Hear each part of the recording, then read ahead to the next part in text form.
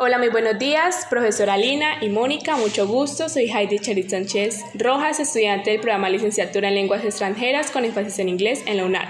Es un placer conocerles. Esta entrevista tiene como propósito que abarquemos temas sobre la educación colombiana junto a una de las herramientas de trabajo más utilizadas en el ámbito educativo, de la enseñanza-aprendizaje, la didáctica, y cómo ustedes hacen uso de esta. Para iniciar, me gustaría que nos regale una presentación personal, cada una, por favor. Buenos días, mi nombre es Mónica Marín, soy licenciada en inglés, laboro actualmente en la institución educativa La Esperanza y ejerzo esta profesión desde hace 10 años. Hola, buenos días, soy Lina Báquiro, licenciada de inglés de la Universidad de la Amazonía con maestría en traducción de la Universidad de Antioquia. Soy docente de inglés desde el año 2011. Ahora comenzaremos con el tema de las preguntas. Según el último informe del EF, Colombia se ha situado como uno de los países con más bajo rendimiento en el área de inglés. Un promedio del 72,6% de los jóvenes colombianos portan un nivel de A1. Esta cifra no deja de ser alarmante. Si se tiene en cuenta que el manejo de una segunda lengua no solo beneficia a las personas a obtener mejores oportunidades laborales, sino que este dominio tiene una fuerte correlación con el nivel de educación y la competitividad económica, generando cambios y mejoras en la vida de los ciudadanos como en el país. De esta forma, profesora Mónica, ¿qué propósitos o objetivos tiene la educación colombiana respecto al área de inglés? Bueno, los gobiernos desde hace varios años están apuntando a tener una Colombia bilingüe. En su programa quieren enfocar el plurilingüismo en el país. Pero cada institución es autónoma de escoger dónde da el énfasis. Tenemos varias herramientas, el Ministerio nos ha dado varias herramientas de las cuales podemos hacer uso, pero aún no es suficiente, ya que desde los primeros grados de enseñanza los estudiantes no tienen un licenciado en inglés como tal, para que se empiece a sembrar y a educarles en esta área de conocimiento. De acuerdo con lo que dijo la profesora Mónica, profesora Lina, ¿cuáles son los desafíos actuales en la enseñanza del inglés en Colombia y cómo se están abordando desde el ámbito educativo? Bueno, contamos con varios desafíos en el área de inglés a nivel nacional. Número uno es que no contamos con docentes de inglés desde básica primaria. Garantizamos que existen licenciados en bachillerato, pero no en primaria, así que estamos desaprovechando precisamente todo el talento y la flexibilidad que tienen en el cerebro los chicos a estas edades. Así que eso hace que atrasemos un poco el proceso y que no podamos contar con el nivel de B1 cuando salen de 11, sino que debemos iniciar desde el A-1 a veces, desde sexto. También tenemos dificultades con respecto a las herramientas que se utilizan dentro de clase. No todos los colegios están dotados de equipos básicos como speakers, por lo menos, que permiten precisamente el desarrollo de actividades de listening y que también promueven obviamente un buen nivel en el speaking. También contamos con dificultades en el área pues ya más pedagógica didáctica. La forma en la que funciona el día a día, las clases en muchas ocasiones no permite que sean desarrolladas actividades adecuadas para poder avanzar con los chicos. En un contexto, por ejemplo, como en el que estamos en este momento, que es La Gloria, un barrio que está compuesto por personas que han sido desplazadas, que han sido desmovilizadas, que han sido reubicadas a partir de diferentes daños ambientales, que no cuentan con acceso a nada.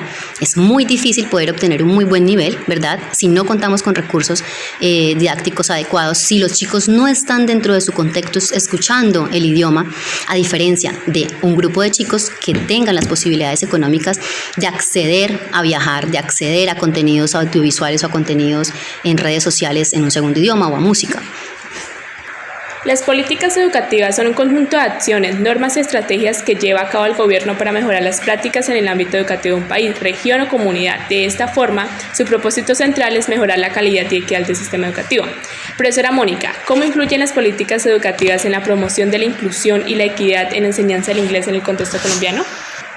Bueno, las políticas a las que apunta el gobierno de equidad se refieren a que todos los estudiantes de todos los estratos puedan tener un acceso a la educación. De eso se trata la equidad, de llegar a esos lugares donde de pronto no hay una escuela, la construcción de las mismas, las vías, que los niños puedan desplazarse.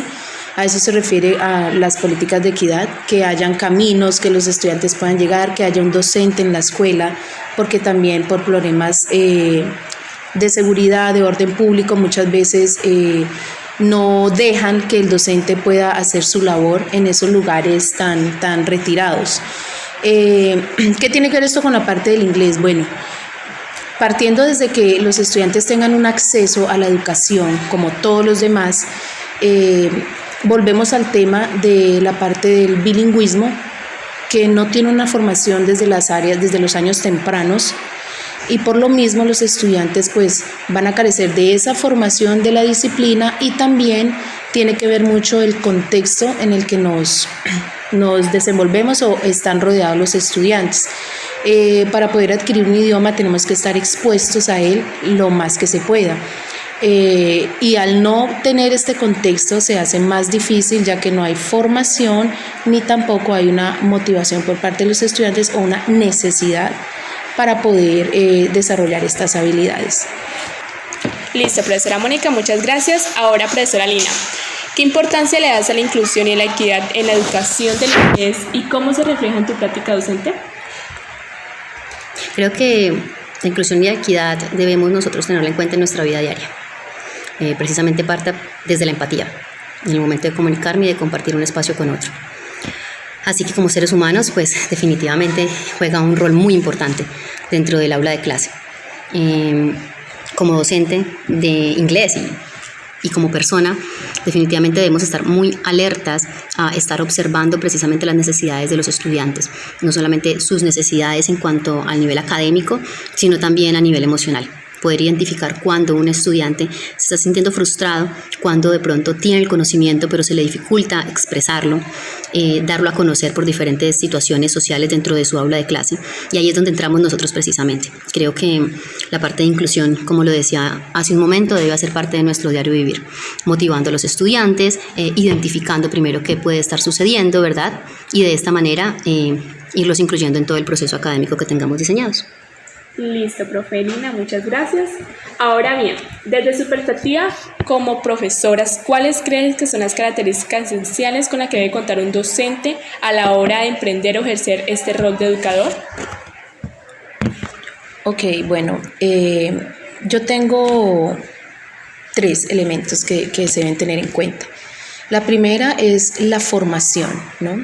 La parte académica, la parte profesional. ¿Cómo se forma usted? Debe tener unas buenas bases para sí mismo, usted ofrecer calidad al momento de enseñar estos contenidos. Me refiero específicamente al área de inglés, ¿no? Bueno, no solo a esta, a todas. La segunda, el compromiso que usted como profesional adquiere al momento de entrar en esta linda carrera.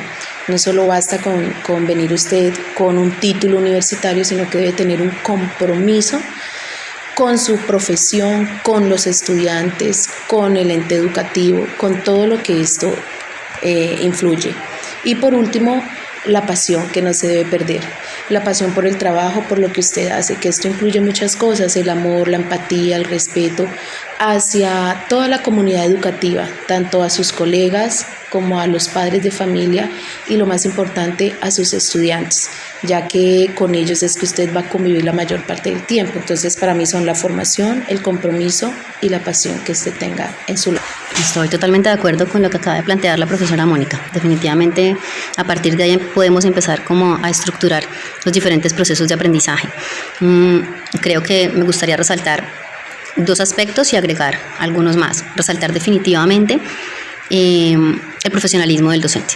O sea, el docente debe estar comprometido con su formación, quiere decir, debe estar interesado en aprender constantemente, en actualizarse, en tener un muy buen nivel, sobre todo cuando trabaja con edades de niños en primaria, porque creo que precisamente son las bases y están muy ávidos de conocimiento, y es el momento en el que ellos captan absolutamente todo.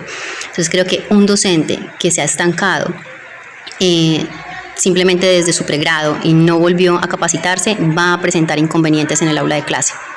Debe ser un docente definitivamente que esté dispuesto a aprender constantemente, a modificar su diario vivir. A eso le quiero agregar también que el docente debe tener un muy buen manejo de grupo. ¿sí? Es importante establecer rutinas, es importante establecer orden dentro del aula de clase para precisamente que los chicos se puedan concentrar en cada una de las actividades. La importancia de dar instrucciones, ¿verdad? O sea, un docente debe ser realmente muy organizado en la forma en la que brinda la información. Y también en el caso del docente de inglés, recordar que el inglés es simplemente una de las muchas lenguas que existen. Y como tal, los idiomas están para comunicarlos con los demás. No es de mejor estrato o no una persona que maneja un segundo idioma. Y esto lo quiero aclarar porque muchas de las comunidades indígenas de Caquetá, por lo menos, cuentan con niños que están en nuestras instituciones. Y estos chicos ya son bilingües. Si estamos hablando de una Colombia bilingüe, estamos hablando de que esos niños ya son bilingües. Manejan su lengua nativa y manejan el español. Pero ¿qué pasa? No está tenido en cuenta como bilingüismo. Entonces, nos parece que ese idioma no existe y les enseñamos inglés como bilingüismo. No es así. Entonces, es importante tener en cuenta eso para que el docente pueda llegar a ser flexible en estos procesos, para que pueda identificar que el niño ya es bilingüe y para que puedan también identificar que lo importante es comunicar su contexto. Que la meta, si bien les va a facilitar a nivel profesional y laboral acceder a mejores puestos, acceder a, digamos, recursos económicos, no es el centro, ¿sí?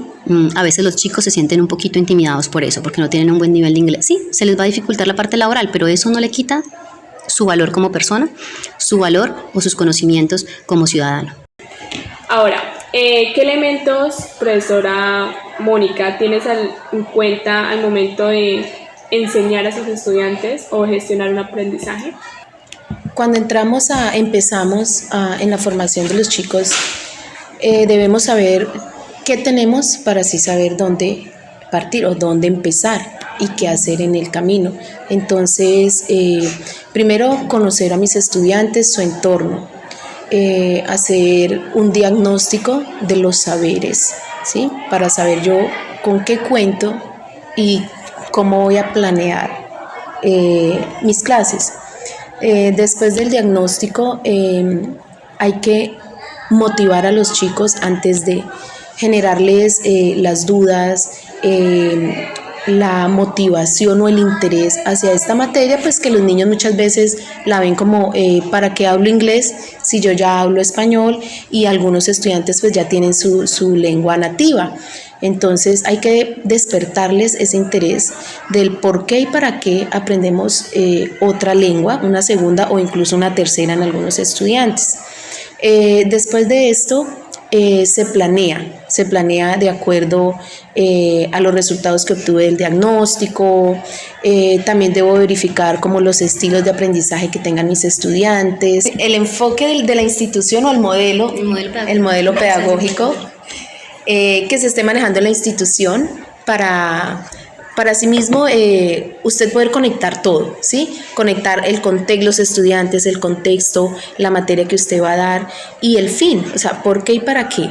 Y de ahí creo que se va desprendiendo el resto de la planeación y la didáctica y la pedagogía que usted vaya a emplear con ellos. Séptima pregunta. ¿Cuáles crees que son los pasos fundamentales que un docente siga al planificar una clase efectiva, profesora Lina? Bueno, dentro de los primeros pasos están los que nombró la profesora Mónica. Y aquí quiero hacer una pequeña aclaración.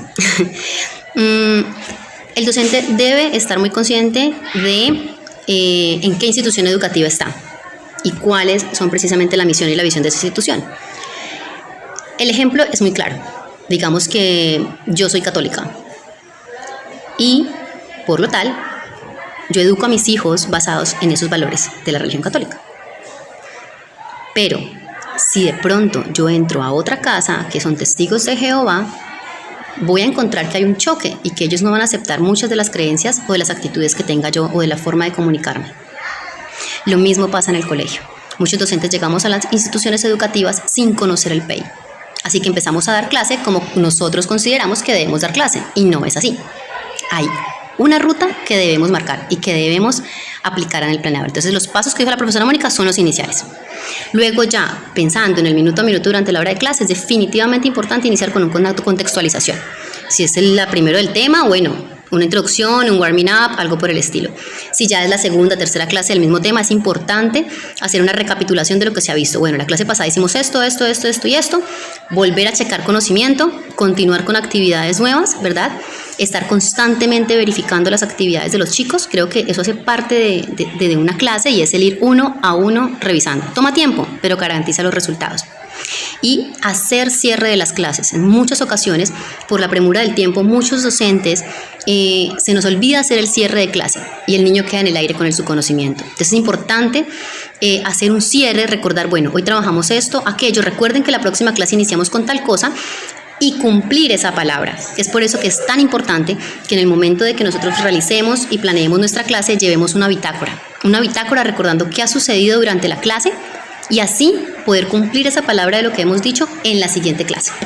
De esa manera ganamos respeto también de parte de los estudiantes. Profesora Mónica, teniendo en cuenta lo que dijo la profesora Lina, los pasos que anteriormente mencionó, ¿cómo ayudan al estudiante en su proceso de aprendizaje? Bueno, los estudiantes, ellos tienen algo maravilloso y es que por su corta edad ellos se pueden moldear, por decirlo de alguna manera, ellos se van acostumbrando al estilo tuyo o a tu metodología.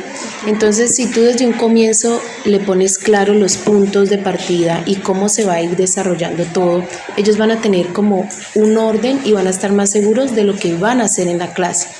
¿Por qué esta clase de inglés va a empezar así? ¿Por qué hicimos esto? ¿Por qué la profe nos está enseñando por este lado? Se parte desde las bases que se tienen y a ellos se les va guiando. Miren, vamos a empezar adquiriendo este vocabulario se va a utilizar para aprender este tema, en este contexto, etcétera, etcétera. Entonces, desde que tú empiezas a formarlos, ellos se van, digamos que acostumbrando o acomodando a tu propia metodología o a tu estilo de enseñanza. Listo. Profesora Lina, ¿cuál es su enfoque respecto a la mediación pedagógica y cómo lo aplicas en el diseño de tus actividades y materiales para la clase de inglés? Hacer consciente precisamente cómo realizo mediación pedagógica es realmente una tarea reflexiva.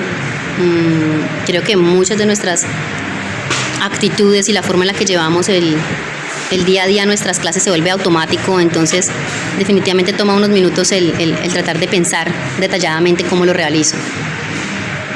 Recuerdo mucho cuando era estudiante de la licenciatura que una de mis docentes de didáctica precisamente nos decía: ¿cómo sabe usted que no le está dando espacio a los estudiantes cuando usted empieza a sentir que le da sed y que le duele la garganta? Si usted está sintiendo eso, ha hablado mucho y no ha dejado que los participantes participen. Entonces creo que eso se quedó grabado en mí y creo que de una u otra forma eso termina siendo inconsciente o conscientemente uno de mis límites, ¿verdad? El identificar precisamente cuánto tiempo llevo hablando. Así que constantemente trato de que ellos estén interactuando conmigo. ¿Cómo lo hago? Con tareas cortas. Soy profe que al inicio de pronto para muchos puede ser un poco drástico, pero trabajo con cronómetro y eso me permite que los chicos estén focalizados. Una habilidad que se necesita para las pruebas externas, ¿verdad?, del manejo del tiempo, sino que también estamos dando espacio para que los chicos se puedan concentrar y puedan interactuar con sus compañeros durante un tiempo delimitado. O sea, aprovechen y distribuyan bien su espacio. Eso me da un descanso también como docente, ¿verdad? El hecho de que ellos tengan un espacio, un tiempo en el que puedan reflexionar. También utilizo mucho la tecnología. Soy amante de las aplicaciones, soy amante de la tecnología que da respuesta a las encuestas inmediatas, respuestas y feedback al instante. Creo que eso activa muchísimo la participación de los estudiantes. Un recurso que no me puede faltar, por lo menos para esa mediación, es la parte visual. También la participación constante, el chequear. Enseñé esto, bueno, salimos, ruleta, sale este estudiante, regresa, pero creo que es a partir precisamente de inconscientemente darme cuenta si tengo sed o no. Y dos, uso de herramientas tecnológicas. Por eso hace un momento decíamos que estamos en desventaja aquellas comunidades que de pronto no tenemos acceso a esto. Los dispositivos y las herramientas digitales definitivamente permiten que uno pueda tener un acercamiento más a los jóvenes, a los estudiantes. Bueno, profesora, ahorita sí, profesora Mónica. Ya la profesora Lina nos informó que ella maneja mucho la parte visual como herramienta didáctica para la enseñanza y el aprendizaje en inglés a sus estudiantes. Ahora usted, profesora Mónica, ¿qué herramientas didácticas o qué material didáctico considera un uso de adquisición de aprendizaje efectivo y satisfactorio en los estudiantes? Bueno, el inglés es esa materia que no se puede enseñar parándose frente al tablero y hablar, y hablar y hablar hasta que le dé a uno sed, como dijo la profe Lina. Esta materia debe ser muy visual, debe de trabajar audios para trabajar todas las habilidades, obviamente. Debe también abrirle ese espacio a los estudiantes de conocer otra cultura, porque estamos hablando de un lenguaje, así que eso está relacionado directamente con otra cultura, ¿sí? De todos estos lugares angloparlantes. Entonces no solo tenemos que salir de las cuatro paredes y tenemos que abrirles a ellos esos horizontes que tal vez no conocen. Entonces a mí personalmente sí me gusta trabajar con textos donde yo encuentre la temática que puedo trabajar con ellos de acuerdo a los objetivos que ya nos planteamos, al contexto, a la característica de los estudiantes, para trabajar audios, para trabajar videos, aprovechando los recursos TIC que haya en la institución, ya sea el tablero digital, el videobin, el televisor, los computadores, tratar de que los estudiantes siempre tengan acceso a ellos o puedan manejar dentro de la clase alguno de estos contenidos. Entonces yo sí soy pro de los contenidos que pueda encontrar, ya sean libros físicos, digitales, contenido que encuentre, aplicaciones, juegos, todo eso se debe incluir en la enseñanza. Creo que ya nos explicó un poco ustedes qué elementos tienen en cuenta al momento de diseñar su material didáctico. Ahora bien, ¿cómo influyen los objetivos de aprendizaje, las características del grupo de estudiantes y las metodologías educativas en las decisiones del docente al diseñar su material didáctico y al emplear estrategias de mediación pedagógica? Se habló anteriormente, nosotros necesitamos conocer antes de empezar, conocer la institución, como su PI, su enfoque, si lo tiene, su modelo, conocer lo que tengo con los estudiantes, los conocimientos previos, para partir luego a diseñar una clase con todos los estilos que vayamos a tener ahí, los estudiantes que yo debo conocer para así mismo llegarles con las didácticas, con los materiales que yo voy a usar, con los juegos y los recursos innovadores que les vamos a estar enseñando para que ellos tengan una mejor adquisición del aprendizaje. Ahora bien, la didáctica es considerada como una guía fundamental en los procesos de enseñanza-aprendizaje y está constituida como un conjunto de principios, técnicas y estrategias pedagógicas que buscan facilitar un aprendizaje efectivo y significativo. Teniendo en cuenta lo anterior, ¿de qué forma la didáctica desempeñaría un papel fundamental en los procesos de innovación de la enseñanza-aprendizaje en el área de inglés? Si tenemos en cuenta que en el contexto que me acaba de dar, la didáctica está tenida en cuenta como una guía fundamental y que busca facilitar el aprendizaje efectivo y significativo, pues realmente la didáctica desempeña un papel más importante dentro del desarrollo de mis clases. ¿Cómo voy yo a enamorar a alguien que no conozco? ¿Cómo voy yo a llamarle la atención a una persona si no sé cuáles son sus gustos, qué espera de la vida? Será imposible poder llamar la atención de esta persona. Pero si logro conocerla, si logro observar cómo reacciona a diferentes actividades, si logro identificar en qué situaciones se siente incómodo o no se siente incómodo, pues va a ser mucho más fácil para mí poder establecer una comunicación. Lo vivimos todo el tiempo. ¿Por qué de pronto no me acerco a hablar con otra persona? Tal vez porque su rostro, tal vez porque su gesto corporal, tal vez porque el tono de su voz es muy agresivo o no es de mi gusto, de mi agrado, no me genera paz. Entonces realmente la didáctica lo que está buscando es precisamente, en un primer espacio, permitirme identificar todas esas facilidades de enseñanza y aprendizaje que tienen los estudiantes, también identificarme a mí como docente, porque es importante algo. Una cosa soy yo, Lina Báquiro, por fuera, otra cosa soy yo dentro de mi aula de clase. Puede que yo sea muy cascarrabias, pero dentro de este proceso de enseñanza, esa parte cascarrabias no puede ingresar al salón. Necesito empezar a modificarme como persona y como profesional para poder acceder a los estudiantes. ¿Sí? desde mi forma de vestir, desde mi forma de hablar. Así que el papel que desempeña es el más importante siempre y cuando haga una contextualización inicial, y eso es lo que me permite precisamente empezar a tomar decisiones y decir, ok, ¿qué estrategia, qué técnica, cómo le voy a llegar a mi estudiante? Solo a partir de la contextualización puedo saber qué camino tomar a nivel didáctico. Listo, profe, muchas gracias. Comentamos que la didáctica realmente es importante, de qué manera ustedes desempeñan un rol importante como docentes. Ahorita, como por último punto, vamos a enfocarnos qué estrategias ustedes consideran más efectivas para fomentar el desarrollo en estudiantes con problemas de habilidades y diversidades y necesidades, o sea, que presentan problemas cognitivos. Ella es encargada de inclusión, así que ya nos corrige los términos acá, que se manejan los de este año. Listo, profe. Es todo tuyo, profesora Mónica. Bueno, retomando las preguntas anteriores, por eso es importante cuando uno va a planear, ¿sí? Y cuando uno entra a conocer sus estudiantes y el contexto. Un docente muchas veces no se da cuenta que tiene un estudiante con necesidades especiales o con barreras de aprendizaje hasta que empieza a andar.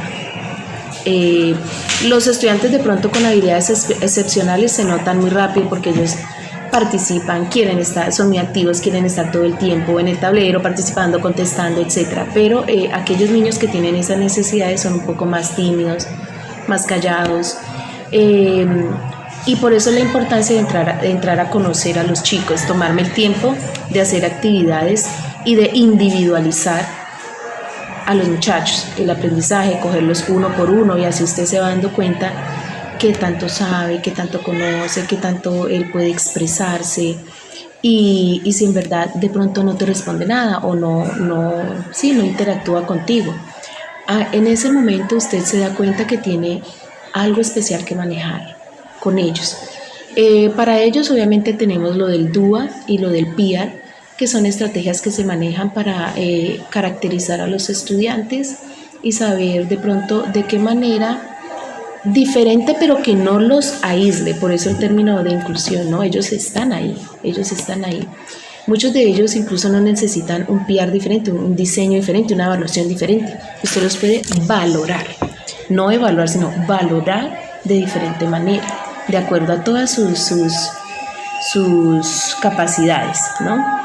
Y de esa manera usted se da cuenta cómo puede trabajar con ellos al mismo tiempo que trabaja con el resto del grupo, sin excluirlos o sin separarlos, que no sea tan notorio, porque hay algunos estudiantes que son conscientes de lo que de pronto sus discapacidades o sus dificultades, y que no les gusta que los traten de manera diferente. Entonces hay que tener en cuenta muy bien eso y hay que conocer al estudiante. Profe, usted nombra el PIA como una herramienta de uso para niños con discapacidad cognitiva. ¿Cómo o qué se enfoca esa herramienta? O sea, ¿cuál es el elemento de esa herramienta? ¿Cómo funciona esa herramienta?